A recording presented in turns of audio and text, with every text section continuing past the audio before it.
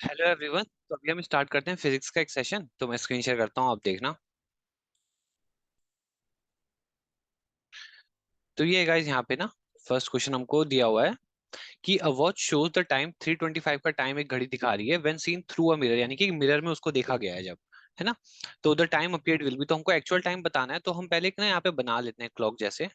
Suppose ये हमने बनाई, यहाँ पे आपको पता है 12 होगा, 6 होगा, 3 होगा, यहाँ पे फिर 9 हो जाएगा, फिर यहाँ पे ऐसे 4 भी होगा, 5 भी होगा, ठीक है।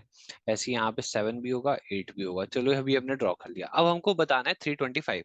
तो 3:25 का मतलब का क्या होता है, जो आवर एंड होती है यहाँ से वो 3 और 4 के बीच में समथिंग होगी, इस तरीके से कुछ होगी। थोड़ा डायग्राम के लिए देख लेंगे, स्ट्रेट बनेगा। और 3:25 है गाइस, तो यहाँ पे 10 होता है, 15, 20:25, तो यानी कि जो मिनट हैंड है वो इस पे होगा, इस तरीके से। तो ये इमेज हमको भी पता है।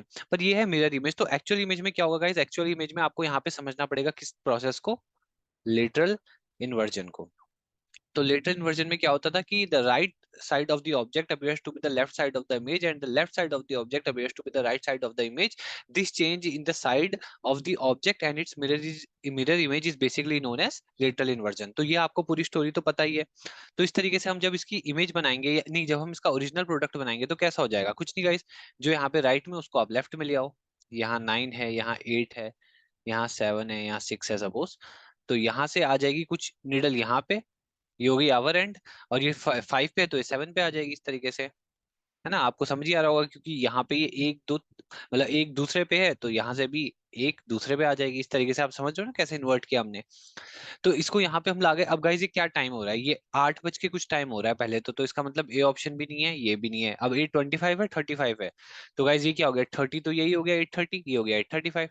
तो ऑप्शन सी करेक्ट है। तो काफी इंपॉर्टेंट क्वेश्चन है और सिंपल भी है गाइस, बस थोड़े से लैंग्वेज को हमें समझना है क्वेश्चन की। मूव करते हैं नेक्स्ट पे। यहाँ बोला हुआ है, तो यहाँ बोला हुआ है to look the total image of a person the minimum height of the mirror is. तो गाइस ये काफी ज्यादा इंपॉर्टेंट क्वेश्चन है। पहले तो यहाँ बोला गया है कि जैसे एक मिरर मैंने बनाया ना ये, तो वो पूछ रहे हैं इस मिरर की जो हाइट है वो कितनी होनी चाहिए कि एक पर्सन जो है वो इसमें क्या हो जाए, पूरा दिख जाए, है ना, यानी कि पूरा हेड हेड से लेकर टो तक दिख जाए। तो गाइस देखो ये क्वेश्चन के लिए ना जो मिनिमम हाइट है, एक तो मैंने इसकी ना डेरिवेशन भी आपको कराई थी। आप पीछे की वीडियोस देखोगे जो सिर्फ और सिर्फ फिजिक्स की है ना, आप वो देख लेना, क्योंकि फिजिक्स में ही हमने इसको डिस्कस कर रखा है एक जगह पे। तो वहां पे ना इसकी पूरी हमने डेरिवेशन देखी थी। तो इसकी डेरिवेशन में मैंने आपको दिखाया था कि इसका जो आंसर है वो है half of the height of person. तो मिनिमम आपको इस साइज का मिरर चाहिए, यानी कि अगर सपोज 6 फीट की अगर हाइट है किसी पर्सन की, तो उसको 3 फीट का मिरर चाहिए अपनी पूरी इमेज देखने के लिए। तो गाइस डेरिवेशन अभी नहीं करते हैं, वो मैंने आपको पहले कराई है, आप देख लेना एक बार। हमने एक वीडियो में अच्छे से डिस्कस की थी वो। और अदरवाइज आप इस सिर्फ फैक्ट को याद रखोगे गाइस, ये भी काफी नॉर्मल है। अगर आपको डेरिवेशन नहीं भी आती तो कोई इशू नहीं है, क्योंकि कॉम्पिटेटिव एग्जाम में डेरिवेशन हमसे कोई पूछने नहीं वाला। यही तो एमसीक्यू पेपर का सबसे बड़ा बेनिफिट है ना। तो ये है, बाकी आप पे डिपेंड करता है, आप देख भी सकते हैं। मूव करते हैं नेक्स्ट क्वेश्चन पे। यहाँ बोला हुआ है कि what type of EM, guys EM क्या है, इलेक्ट्रो मैग्नेटिक। तो what type of electromagnetic radiation is used in the remote control of television. तो जो टीवी का रिमोट आपने देखा होगा उसमें जो जब आप बटन दबाते हो तो एक रेस निकलती है, तो वो रेस कौन सी है, बेसिकली इंफ्रारेड है, यूवी है, विजिबल है, एक्सरे है। तो गाइस अच्छा क्वेश्चन है, वो हमारे पास कौन सी है, इंफ्रारेड रेज है, ठीक है। ये भी आप अच्छे से याद रखना। नेक्स्ट क्वेश्चन है, यहाँ पे पूछा गया है what is the wavelength of visible light. तो विजिबल लाइट जो है हमारे पास, स्पेक्ट्रम आपको पता होगा, इलेक्ट्रोमैग्नेटिक स्पेक्ट्रम है, तो उसके अंदर जो विजिबल लाइट का जो रेंज है वो कितना है। तो गाइस पहले मैं आपको करेक्ट वैल्यू बताता हूँ, सो दैट फिर आप इसमें से ऑप्शन देख लेना। तो इसे आप याद रखना, ये है हमारे पास कितना, 380 नैनोमीटर से 700 नैनोमीटर तक। तो ये वैल्यू हम लेके चलते हैं यहाँ पे, जहाँ पे कि 1 नैनोमीटर रिप्रेजेंट कर रहा है 10⁻⁻⁹ और ऐसे ही आपको 1 आर्मस्ट्रॉन्ग का भी पता होना चाहिए क्या होता है, 10⁻⁻10 मीटर। चलो ये तो कन्वर्जन आपको ऑलरेडी पता होंगे। तो अब आपको देखना है कि इसके आसपास आपका कौन सा आंसर आ रहा है, 200, 300, 600, 390। तो गाइस देखो ऑप्शन डी मैच हो रहा है आराम से। तो ऑप्शन डी आप करेक्ट करना। तो एग्जाम में इस तरीके से वो दे सकते हैं हमको थोड़ा कंफ्यूज करने के लिए, एग्जैक्ट वैल्यू के आसपास की ना।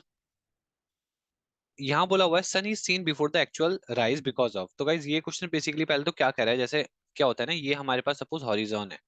तो यहाँ पे हमने पढ़ा है, एक कॉन्सेप्ट पढ़ा है कि अगर सन यहाँ पे है, यानी कि अभी वो हॉरिजॉन से ऊपर नहीं आया है, अभी सनराइज नहीं हुआ, बट फिर भी आप जब यहाँ अर्थ में हो, यहाँ पे से आप ऑब्जर्व करते हो तो आपको सन यहाँ पे दिख जाता है। है ना। तो ये आपको दिख गया यहाँ पे, क्योंकि यहाँ पे एटमॉस्फेरिक रिफ्रैक्शन हुआ तो रेस थोड़ी बेंड हो गई, फिर आपने एक्स्ट्रापोलेट किया तो आपको यहाँ पे दिख जाए ये है एक्चुअल सन, और यहाँ पे उसकी क्या बन गई, इमेज। ठीक है, तो अब आपको क्या हुआ, सन एक्चुअल राइज से पहले दिख गया। ठीक है, तो इसको बेसिकली कॉन्सेप्ट है हमारे पास एडवांस, ये आप देख सकते हो, आप ऐसे करके सर्च करोगे तो आप और भी पढ़ सकते हो, advance sunrise and delayed sunset. तो ये यहाँ से कॉन्सेप्ट आ रखा है कि 2 मिनट पहले जो है, और गाइस इसके बीच का जो टाइम ड्यूरेशन है वो है 2 मिनट का, यानी कि 2 मिनट बाद एक्चुअल सनराइज होता है और हमको पहले ही 2 मिनट दिख जाता है। ऐसी सनसेट के टाइम पे भी दो सनसेट हो चुका होता है पर 2 मिनट बाद तक हमें दिखता है, इसलिए इसका नाम है डिलेड, यानी कि बाद में भी आपको दिख रहा है। अब इसके पीछे का सीधा सीधा जो रीजन है वो है कौन, एटमॉस्फेरिक रिफ्रैक्शन। ठीक है, क्योंकि रिफ्रैक्शन यानी कि रिफ्रैक्शन बेसिकली किस लिए स्टैंड करता है, बेंडिंग ऑफ लाइट के लिए। आपने पहले भी पढ़ा होगा, ये बेंडिंग के लिए होता है और रिफ्लेक्शन बाउंसिंग बैक के लिए होता है। तो बेंडिंग के लिए यहाँ पे आप देख भी सकते हो, इस पॉइंट पे बेंडिंग हो रही है, तो इसलिए हमारे पास करेक्ट आंसर हो जाएगा ऑप्शन ए, रिफ्रैक्शन। ठीक है, एटमॉस्फेरिक रिफ्रैक्शन हो आप ये पॉइंट चूज करना। तो यही गाइस लास्ट क्वेश्चन था अभी का तो फिजिक्स का। बाकी फिर हम दूसरा सेशन देखेंगे, आप भी देखना कैसा रहा ये। बाकी मिलते हैं नेक्स्ट सेशन में, तब तक के लिए thank you so much for watching.